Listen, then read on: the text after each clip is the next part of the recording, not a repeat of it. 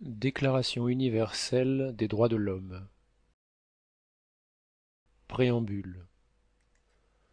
Considérant que la reconnaissance de la dignité inhérente à tous les membres de la famille humaine et de leurs droits égaux et inaliénables constitue le fondement de la liberté, de la justice et de la paix dans le monde.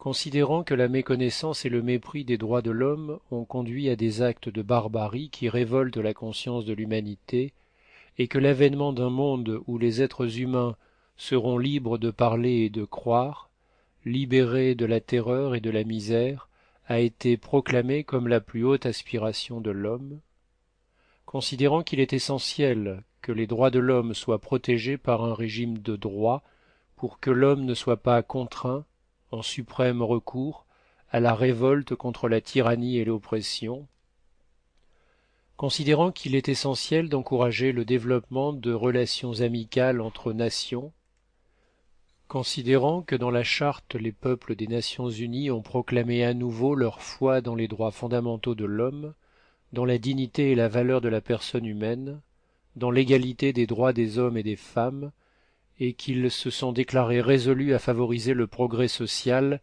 et à instaurer de meilleures conditions de vie dans une liberté plus grande, considérant que les États membres se sont engagés à assurer, en coopération avec l'Organisation des Nations unies, le respect universel et effectif des droits de l'homme et des libertés fondamentales, considérant qu'une conception commune de ces droits et libertés est de la plus haute importance pour remplir pleinement cet engagement, l'Assemblée générale proclame la présente Déclaration universelle des droits de l'homme comme l'idéal commun à atteindre par tous les peuples et toutes les nations, afin que tous les individus et tous les organes de la société, ayant cette déclaration constamment à l'esprit, s'efforcent, par l'enseignement et l'éducation, de développer le respect de ces droits et libertés et d'en assurer, par des mesures progressives d'ordre national et international,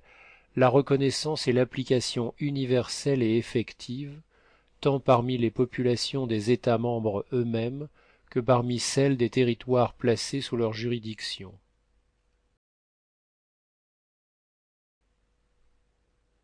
Article 1er. Tous les êtres humains naissent libres et égaux en dignité et en droit.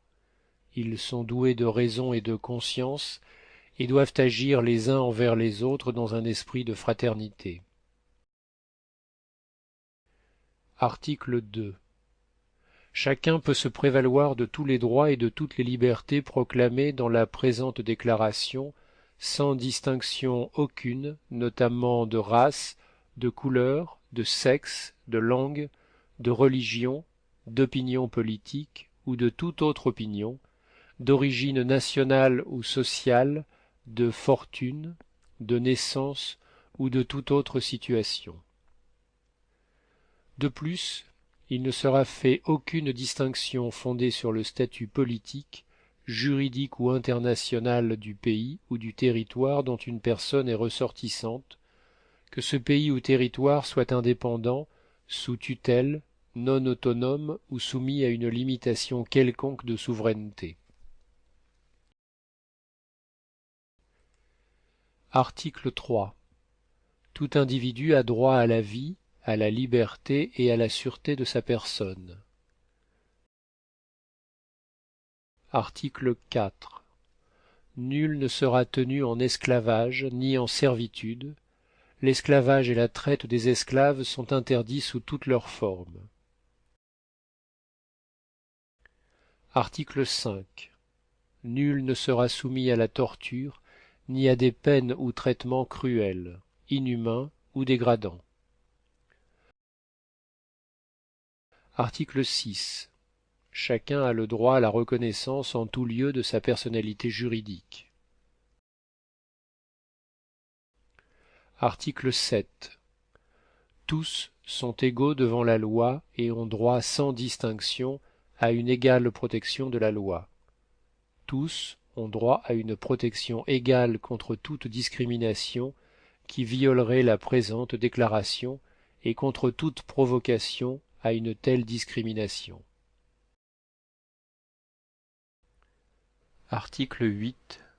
Toute personne a droit à un recours effectif devant les juridictions nationales compétentes contre les actes violant les droits fondamentaux qui lui sont reconnus par la Constitution ou par la loi. Article 9. Nul ne peut être arbitrairement arrêté, détenu ni exilé. Article 10. Toute personne a droit, en pleine égalité, à ce que sa cause soit entendue équitablement et publiquement par un tribunal indépendant et impartial, qui décidera soit de ses droits et obligations, soit du bien fondé de toute accusation en matière pénale dirigée contre elle. Article 11.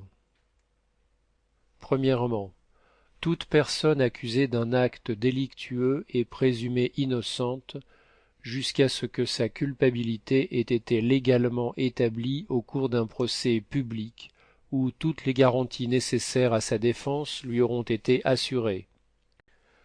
Deuxièmement, nul ne sera condamné pour des actions ou omissions qui, au moment où elles ont été commises, ne constituaient pas un acte délictueux d'après le droit national ou international. De même, il ne sera infligé aucune peine plus forte que celle qui était applicable au moment où l'acte délictueux a été commis. Article 12. Nul ne sera l'objet d'immixtion arbitraire dans sa vie privée, sa famille, son domicile ou sa correspondance, ni d'atteinte à son honneur et à sa réputation. Toute personne a droit à la protection de la loi contre de telles immixtions ou de telles atteintes. Article 13. Premièrement, toute personne a le droit de circuler librement et de choisir sa résidence à l'intérieur d'un État. Deuxièmement, toute personne a le droit de quitter tout pays, y compris le sien, et de revenir dans son pays. Article 14.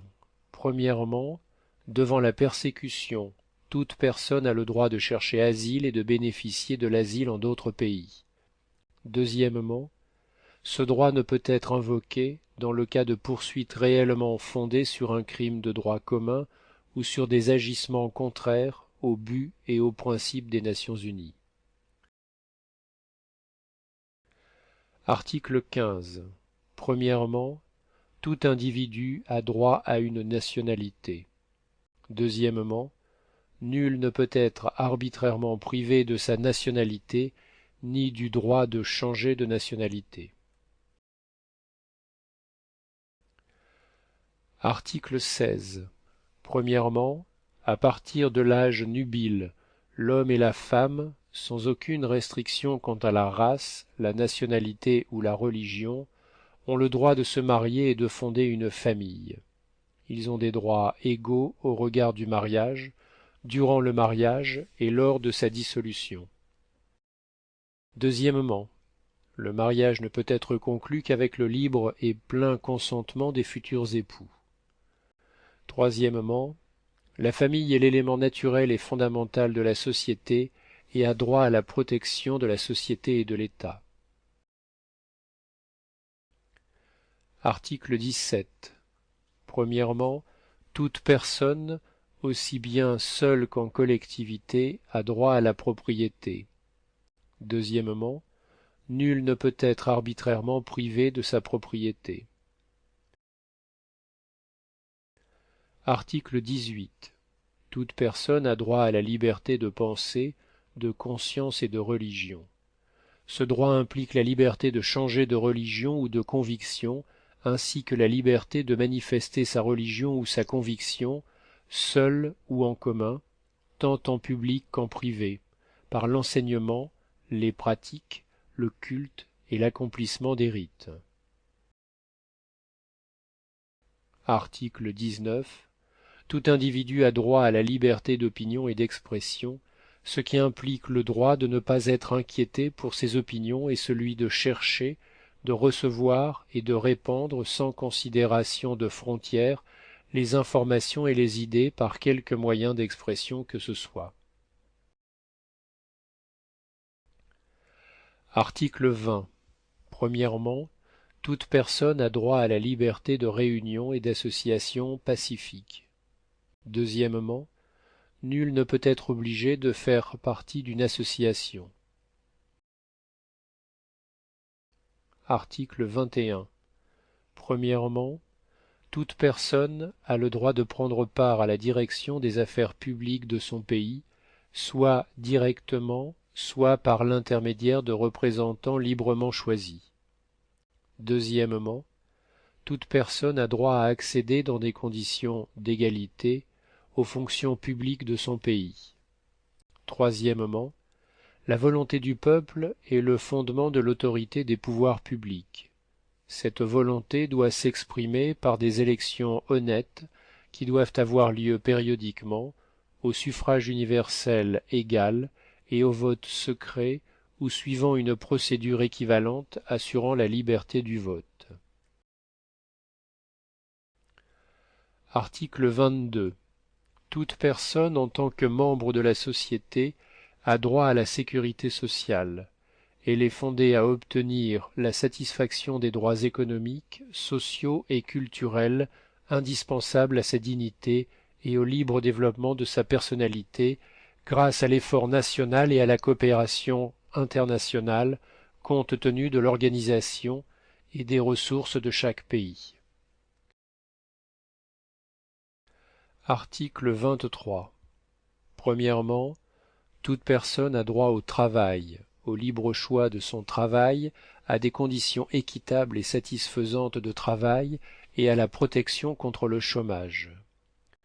Deuxièmement, tous ont droit, sans aucune discrimination, à un salaire égal pour un travail égal.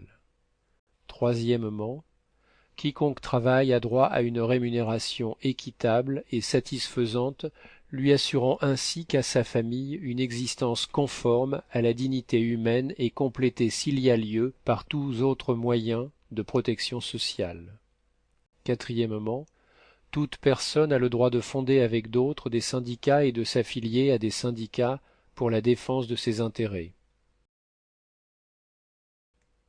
Article 24. Toute personne a droit au repos et au loisir, et notamment à une limitation raisonnable de la durée du travail et à des congés payés périodiques. Article 25. Premièrement, toute personne a droit à un niveau de vie suffisant pour assurer sa santé, son bien-être et ceux de sa famille, notamment pour l'alimentation, l'habillement, le logement, les soins médicaux ainsi que pour les services sociaux nécessaires. Elle a droit à la sécurité en cas de chômage, de maladie, d'invalidité, de veuvage, de vieillesse ou dans les autres cas de perte de ses moyens de subsistance par suite de circonstances indépendantes de sa volonté. Deuxièmement, la maternité et l'enfance ont droit à une aide et à une assistance spéciale.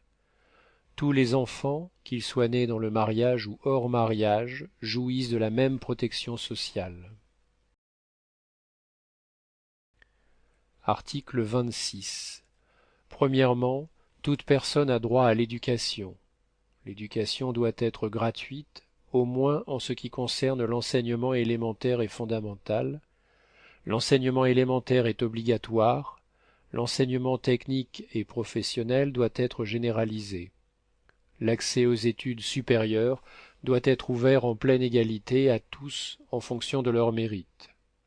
Deuxièmement, l'éducation doit viser au plein épanouissement de la personnalité humaine et au renforcement du respect des droits de l'homme et des libertés fondamentales. Elle doit favoriser la compréhension, la tolérance et l'amitié entre toutes les nations et tous les groupes raciaux ou religieux, ainsi que le développement des activités des Nations unies pour le maintien de la paix. Troisièmement, les parents ont, par priorité, le droit de choisir le genre d'éducation à donner à leurs enfants. Article 27. Premièrement, toute personne a le droit de prendre part librement à la vie culturelle de la communauté, de jouir des arts et de participer au progrès scientifique et aux bienfaits qui en résultent. Deuxièmement, chacun a droit à la protection des intérêts moraux et matériels découlant de toute production scientifique, littéraire ou artistique dont il est l'auteur. Article 28. Toute personne a droit à ce que règne sur le plan social et sur le plan international un ordre tel que les droits et libertés énoncés dans la présente déclaration puissent y trouver plein effet. Article 29. Premièrement, l'individu a des devoirs envers la communauté dans laquelle seul le libre et plein développement de sa personnalité est possible. Deuxièmement, dans l'exercice de ses droits et dans la jouissance de ses libertés, chacun n'est soumis qu'aux limitations établies par la loi exclusivement en vue d'assurer la reconnaissance et le respect des droits et libertés d'autrui, et afin de satisfaire aux justes exigences de la morale, de l'ordre public et du bien-être général dans une société démocratique. Troisièmement, ces droits et libertés ne pourront en aucun cas s'exercer contrairement aux buts et aux principes des Nations unies. Article 30. Aucune disposition de la présente déclaration ne peut être interprétée comme impliquant pour un État, un groupement ou un individu un droit quelconque de se livrer à une activité ou d'accomplir un acte visant à la destruction des droits et libertés qui y sont énoncés.